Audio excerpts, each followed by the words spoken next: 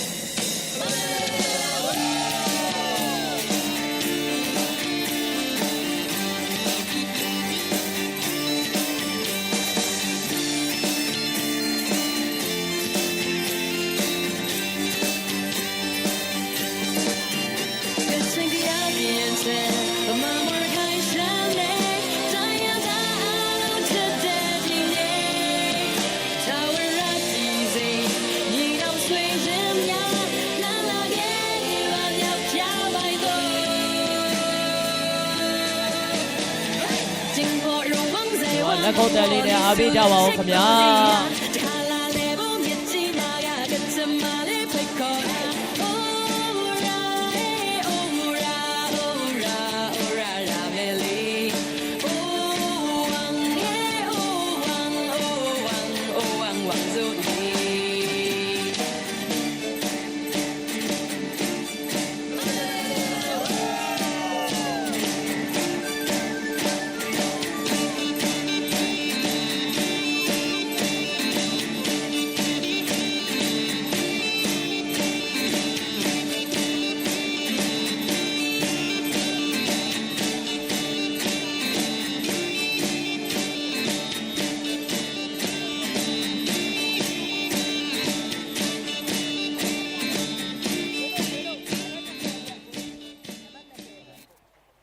လက်ခုပ်တန်လေးများပေးကြပါဦးခင်ဗျာ